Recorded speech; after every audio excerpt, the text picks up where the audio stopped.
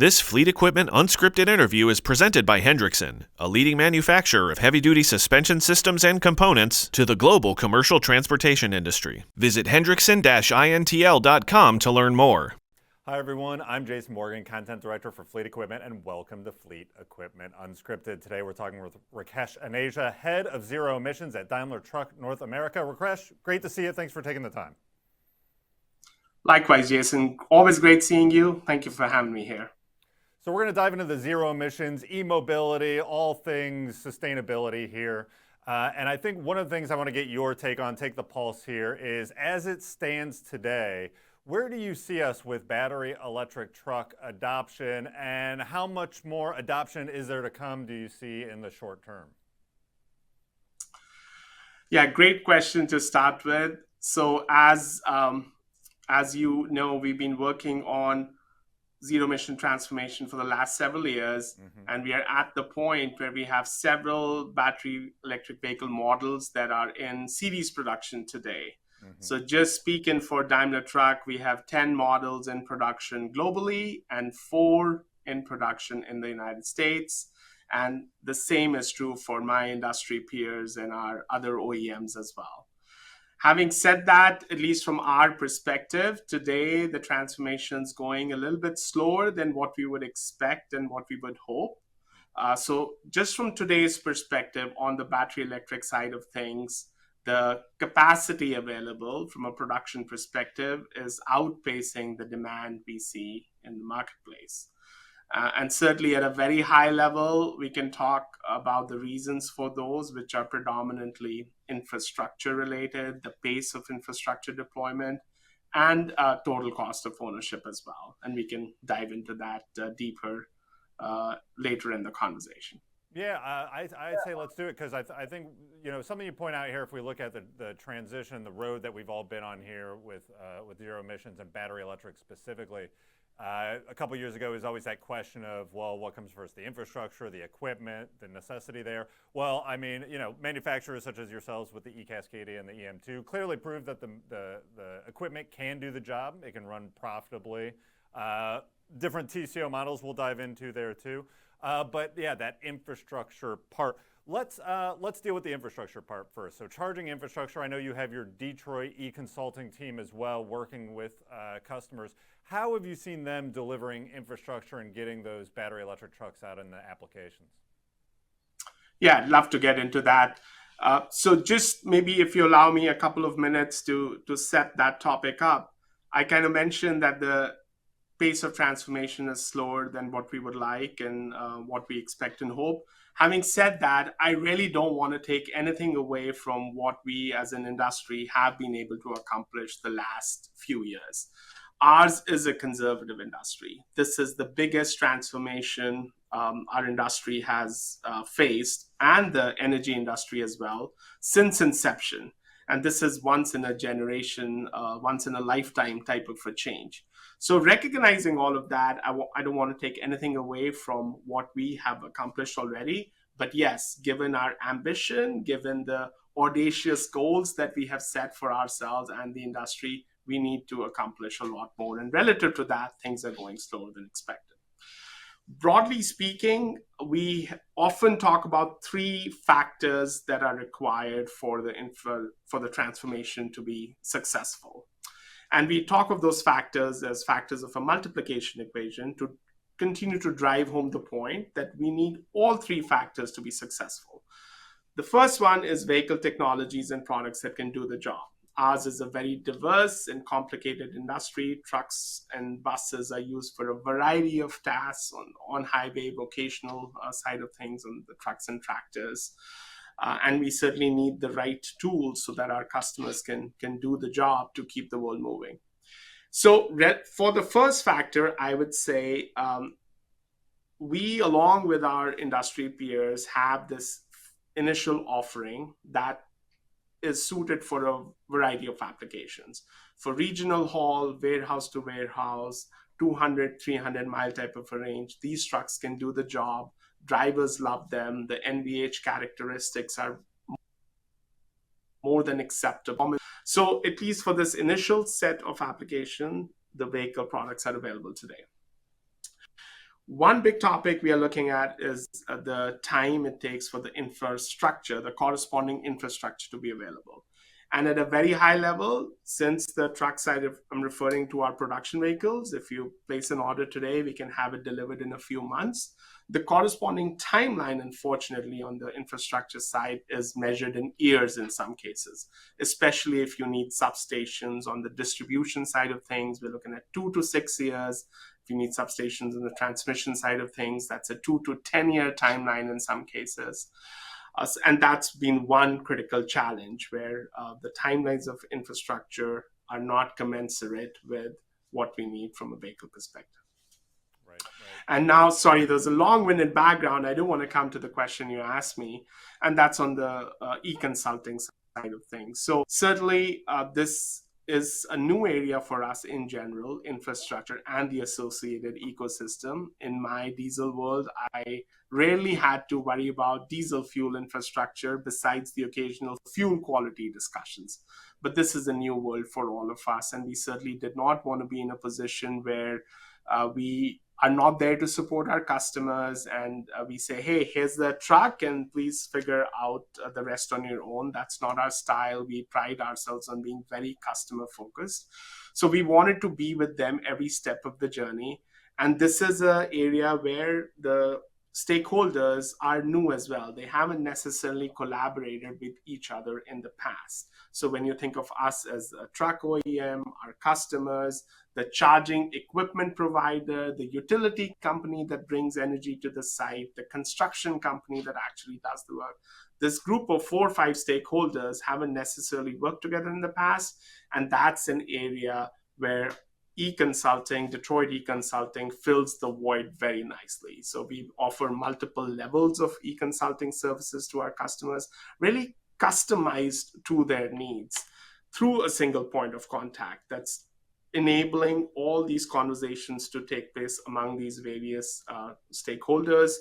And that can involve topics like, is your application even ripe for electrification? What type of vehicle product do we have? Can it do the job? What range it offers? What infrastructure you need at the site? What can the number of chargers look like? The type of chargers, the power capacity of the chargers, what should it look like? If you look at vehicle to charger ratio. Conversations with the utility companies as well. What is the opportunity for energy to be available to the site? How long that timeline is? So all these topics, including in engineering and construction drawings as well, working with the construction companies and really bringing all these stakeholders together.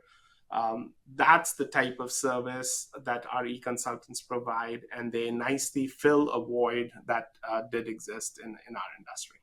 Right. No, for sure. The point's well taken. I think, manufacturers like DTNA met the, exceeded expectations, I think, in the electrical vehicle space when the manufacturers were pushed that direction by regulation and other things that were coming down the line and expectations there too.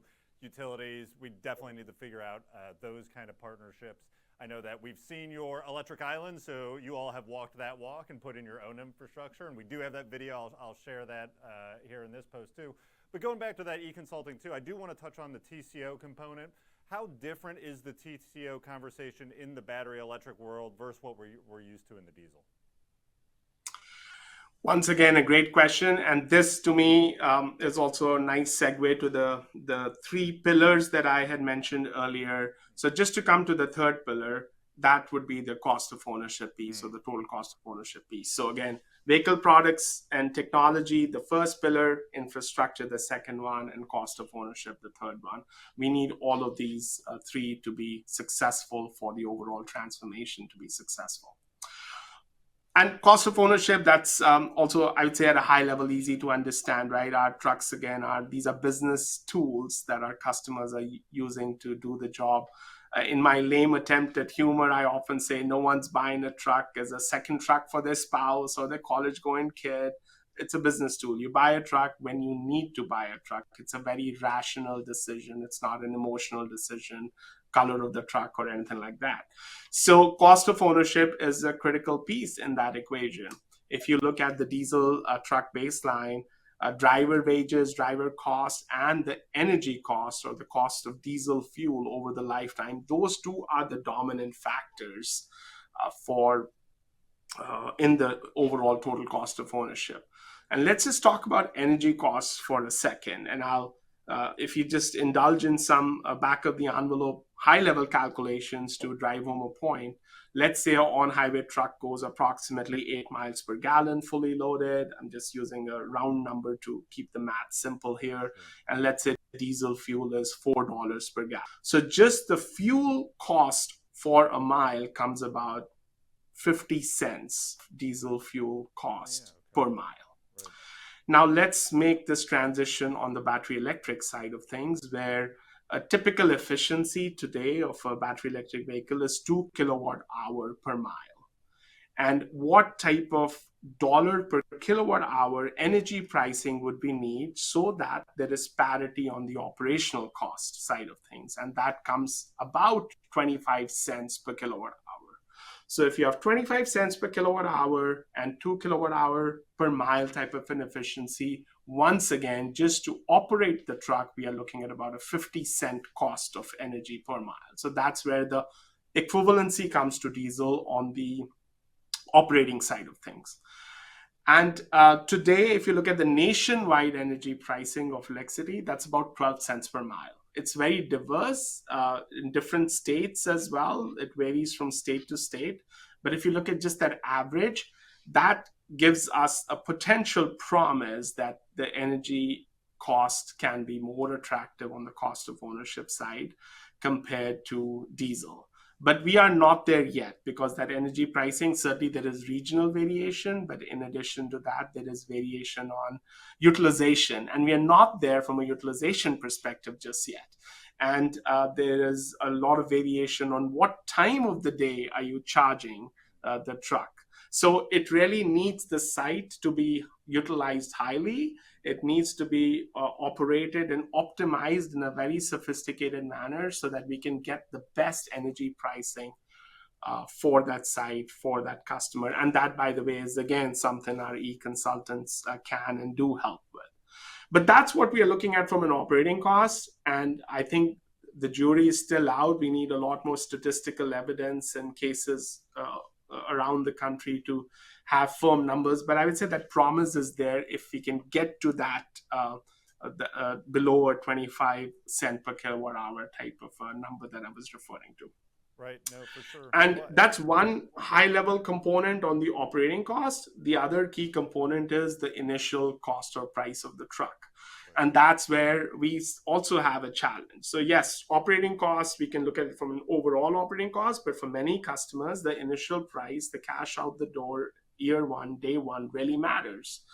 And that's where our battery electric trucks industry-wide are still quite expensive compared to their diesel counterparts. Approximately, we say a factor of 2 to 3 more expensive.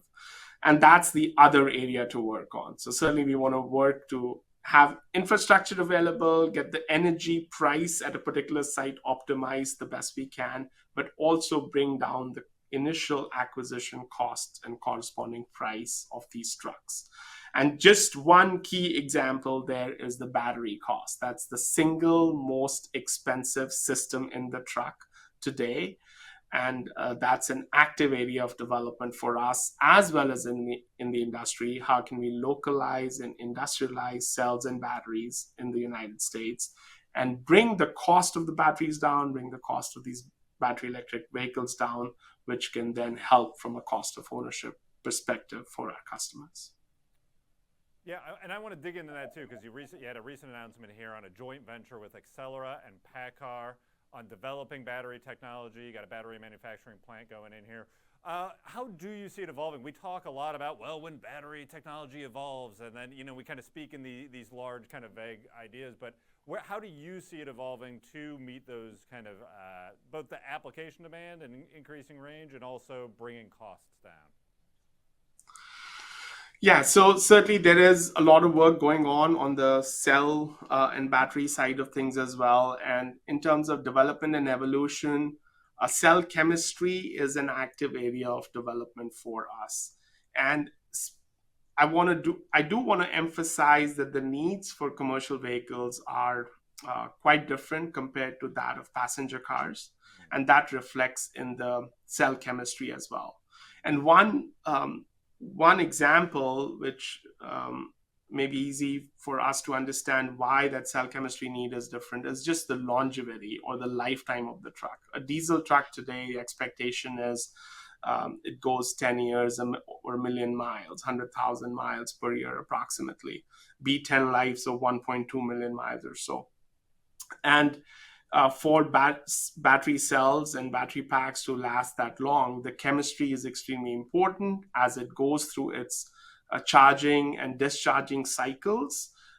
It's able to retain its life over a long period of time. So for commercial vehicles, we are very bullish on lithium iron phosphate type of chemistries. It's a lithium ion battery, but within that, lithium iron phosphate is the specific chemistry that we feel holds a lot of promise for commercial vehicles.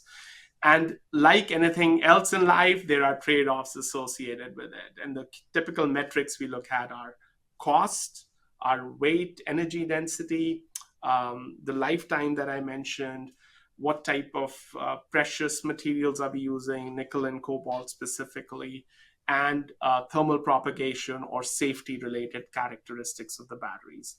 So if you look at all of these for commercial vehicles, we feel lithium iron phosphate are better suited looking at today's technology. And that's where our JV comes in as well. The proposed joint venture that you alluded to with certainly Daimler Truck North America is one partner, and we have Cummins, Accelera, and PACCAR as our other two volume partners, and we have Eve Energy as our technology provider. So firstly, a great example, I would say, of how industry members are coming together for the greater good. Certainly, we are competitors in a certain space, and that still holds true, but there is a broader need here for us to come together and help combine our collective volumes to help scale the technology. And that helps, again, from a cost of ownership perspective. It helps to localize and industrialize these cells in the United States, and that's the scope of this proposed joint venture. Yeah, I mean, it's always amazing because I think Daimler Truck has been very progressive in who you are working with and partnering with, because it's almost like every year you have a very amazing joint venture announcement that is always quite surprising. But again, to your point, to bring it to scale, to be able to bring it to the market in a way that it can actually perform there. And you know, the other thing is that even your comments about the battery chemistry there, I think in early days in the industry, not so much manufacturers, but perhaps talking heads like myself, it was easy to generalize on electric vehicle componentry, and you can throw a battery on an electric motor on it, throw it on a chassis, and it goes down the road, right? And it is very much not that. As we learn more about it, these the kind of speccing conversations that we've had in the diesel world, right? To your point, I love the cost per mile example there, because it takes it down to a very smaller, more manageable number there. Even you gave them 8 miles per gallon, which I think is generous, I think, with some specs, right? I mean, people are, that's a good MPG number. But as we learn more of it, just the details of and the specifics of what you need to create a commercial equipment that is electrified to do the job. It's not as simple as maybe some thought 4 years ago as this will just work for trucking. Yeah, and just on the MPG number, it's a diverse application set, right? So they're depending on the particular application and payloads and everything, the MPG will be different. I chose 8. Firstly, it's realistic. It's not an unrealistic number, but it really helps with the math. When you have $4 per gallon, then it's a nice 50 cents. Yeah, I'm just trying to drive home a point on the energy cost comparison here. Well, and that's how not good at math I am, because I didn't even draw that comparison. That was number. You just showed me the secret. Don't reveal the magician's secrets. No secret here. Rakesh, you're being overly generous and kind, Jason. Well, I appreciate you being generous with your time here to talk about everything going on in the zero emission space. I'm sure as all this evolves, we'll talk to you again very soon. Thank you for taking the time. My pleasure. Thank you for having me, and it's always wonderful to talk with you.